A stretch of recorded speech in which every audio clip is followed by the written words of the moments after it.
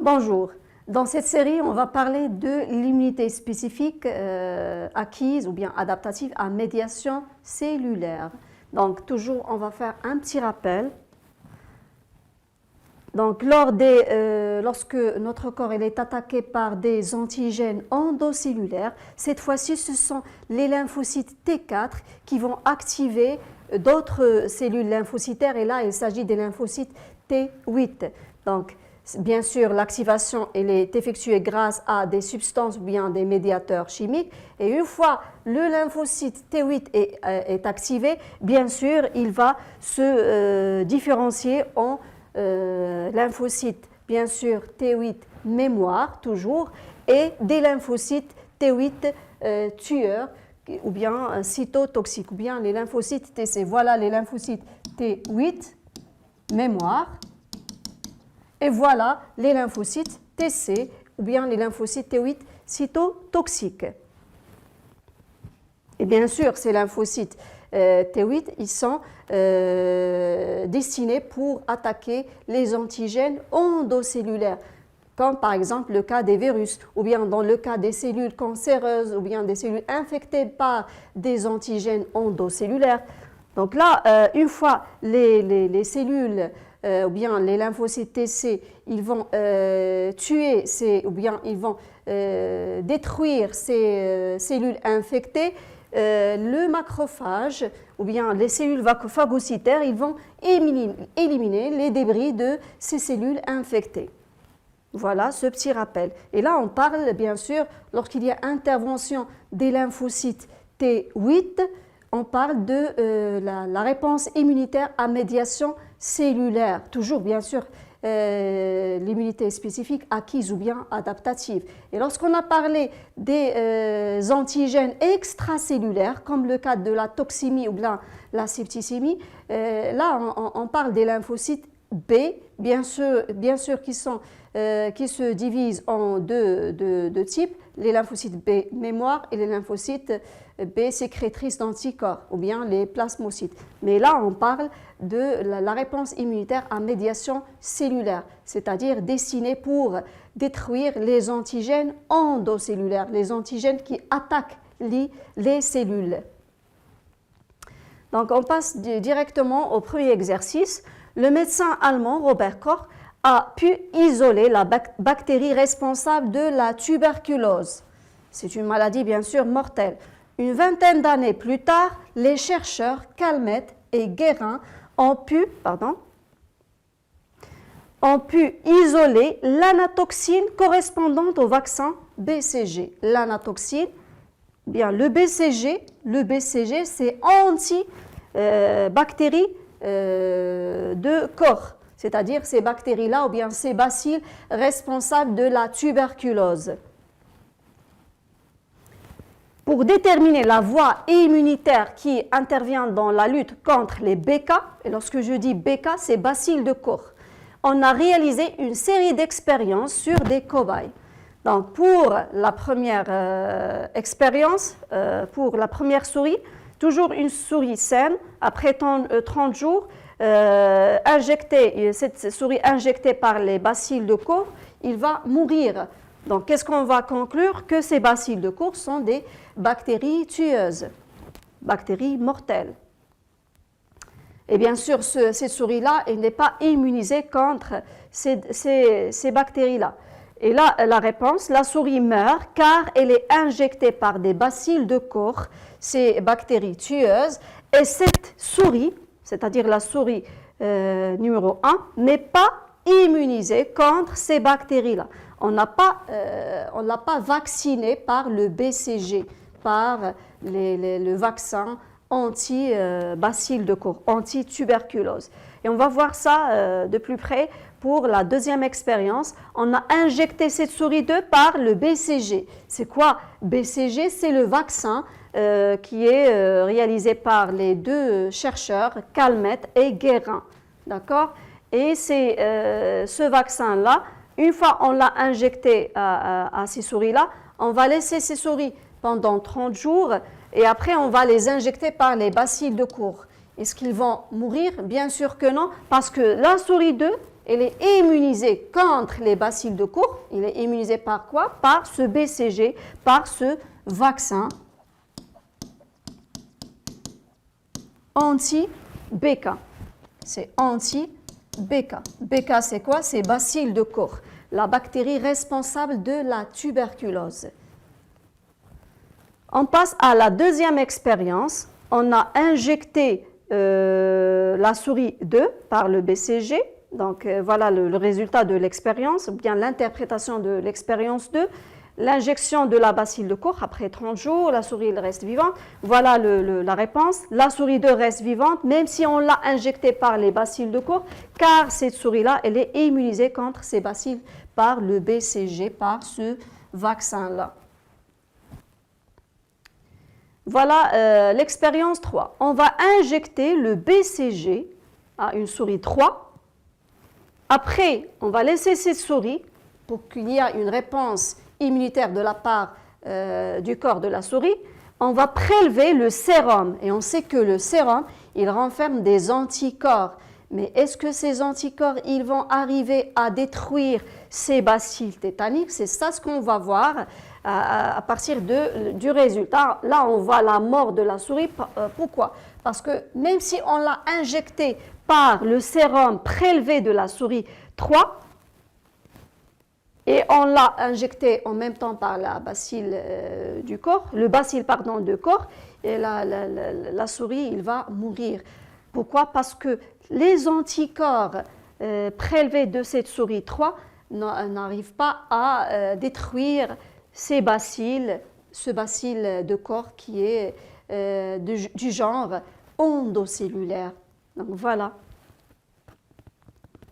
la réponse de l'expérience 3, l'injection du BCG. Donc cette souris-là, elle est immunisée. On va attendre 30 jours, on va prélever de cette souris-là le sérum et après on va l'injecter à une autre souris 4 qu'on l'a injectée en même temps par les bacilles de Koch.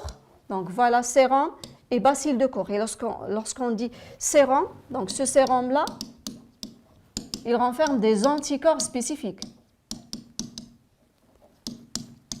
Anticorps spécifiques. Mais est-ce que ces anticorps, ils ont arrivé à détruire ces bacilles de Koch? Non, parce que le résultat là, on voit la mort de la souris. Donc pour ces bacilles de Koch, la médiation là, il ne s'agit pas de la médiation à voie humorale parce que les anticorps n'arrivent pas à détruire ces antigènes là. On va voir de quoi il s'agit à partir de l'expérience 4, c'est-à-dire quelle réponse immunitaire va être mise en jeu. L'injection du BCG et prélèvement, bien sûr, de cette souris 5. Donc la souris 5, elle est immunisée par ce BCG-là, par ce vaccin anti-BK. Et on va prélever des lymphocytes T8. On va voir est-ce que ces lymphocytes T8 destinés pour attaquer les antigènes endocellulaires, est-ce qu'ils vont arriver à détruire ces bacilles de Koch? Donc on va injecter à la fois les lymphocytes T8 et les bacilles de Koch à la souris 6. Qu'est-ce qu'on voit là? La souris 6 reste vivante. Donc bien sûr que les lymphocytes T8, ce sont eux qui vont détruire, ce sont eux qui sont destinés pour détruire ce type d'antigène. Et là, qu'est-ce qu'on va conclure? Que ces bacilles de Koch, ce sont des antigènes endocellulaires, endocellulaires. Et pour détruire ces antigènes endocellulaires, bien sûr, il y a l'intervention de lymphocytes T8. Donc voilà la réponse. La souris 6 reste vivante, même si on l'a injectée par les bacilles de Koch tueurs, mais en même temps, on l'a injectée par des lymphocytes T8 ces lymphocytes T8 qui ont la capacité de détruire ces bacilles ainsi que les cellules infectées par ces antigènes endocellulaires. C'est ça ce que je viens de dire tout à l'heure.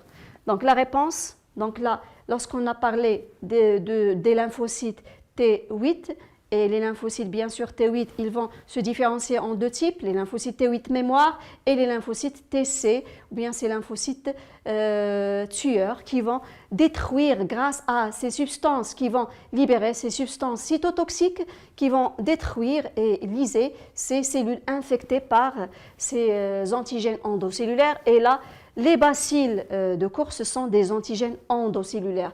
Et la réponse immunitaire intervenante pour lutter contre ces bacilles de Koch, c'est une réponse immunitaire spécifique. Bien sûr, il y a des TC spécifiques pour ces bacilles de Koch, acquises bien sûr, ou bien adaptatives, à médiation cellulaire. Pourquoi j'ai dit acquise? Parce que le corps, une fois il est attaqué par un antigène, il va se rappeler simultanément au cours de sa vie à cet antigène-là.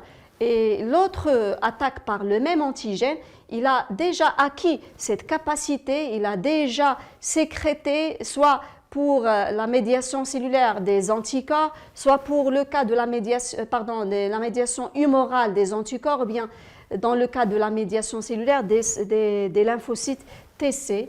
Et ces lymphocytes TC, ils sont destinés pour détruire les cellules infectées par les antigènes endocellulaires ou bien les cellules cancéreuses. On passe au deuxième exercice. On pratique une injection des souris A, B, C et D de même souche, même origine, même poids, même taille aussi. Des virus chorioméningites, les LCM, qui causent la méningite. Et les méninges, on sait que les méninges sont les enveloppes des centres nerveux, à savoir la moelle épinière et aussi l'encéphale. Et virus de leucémie, le MULV, c'est un virus qui attaque un certain type de globules blancs et même aussi dans des cas, il attaque la moelle osseuse, l'origine des cellules immunitaires. Les souris A et C sont immunisées contre le LCM. Pour A, donc, c'est-à-dire la souris A, elle est immunisée contre le LCM. Et pour la souris C, elle est immunisée contre le MULV, contre ce virus-là qui provoque la leucémie. Donc voilà la souris A, on l'a injectée par le LCM. Donc déjà A, elle est immunisée, le MULV. Voilà, on va prélever après 7 jours des lymphocytes des deux souris, de la souris A et la souris C.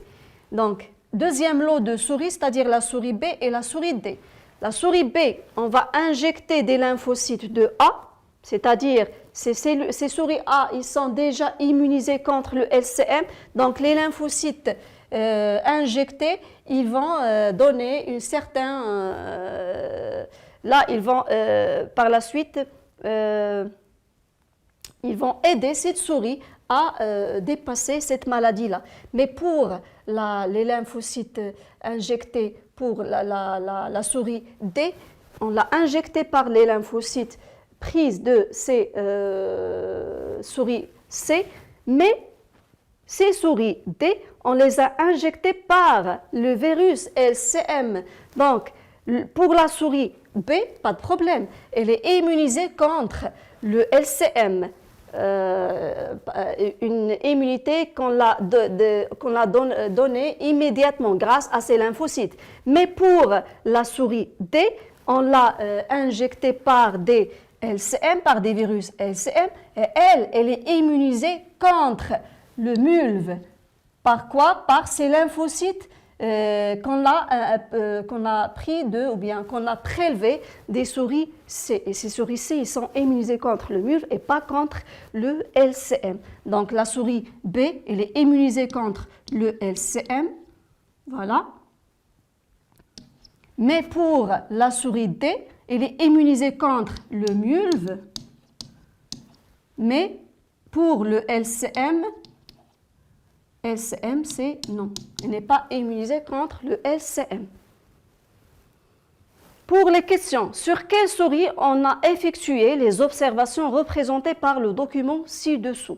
Donc, après la réponse immunitaire observée chez les souris, qu'est-ce qu'on voit? on voit cette zone-là, une cellule infectée par le virus LCM qui est détruite par ce lymphocyte ou bien ces lymphocytes. Donc, on sait que les lymphocytes qui sont destinés pour détruire les cellules infectées, par exemple, par des virus, ce sont les lymphocytes, bien sûr, TC, grâce à leur substance cytotoxique libérée.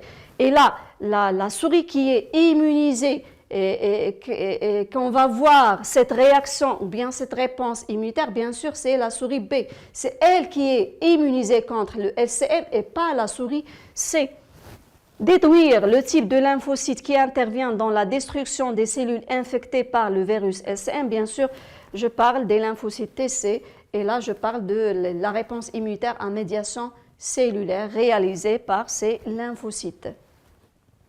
Et voilà les réponses. Il s'agit de la souris B, bien sûr, la souris B, car cette dernière est injectée par des lymphocytes prise de la souris A et on sait que la souris A, elle est immunisée contre le virus LCM. Alors que pour la souris D, elle n'est pas immunisée contre le LCM, mais plutôt immunisée contre le MULV. D'accord ? Donc là, cette observation microscopique, elle est prise à partir de la souris B. C'est elle qui a pu dépasser ce virus-là, grâce à des lymphocytes TC qui ont détruit ces virus ou bien ces cellules infectées par ces virus LCM. Et deux, ce sont les lymphocytes, bien sûr, TC qui sont destinés pour détruire les antigènes endocellulaires, c'est-à-dire les antigènes qui attaquent les cellules. Et là, je parle dans ce cas-là du virus LCM. Voilà. Merci pour votre attention et à la prochaine.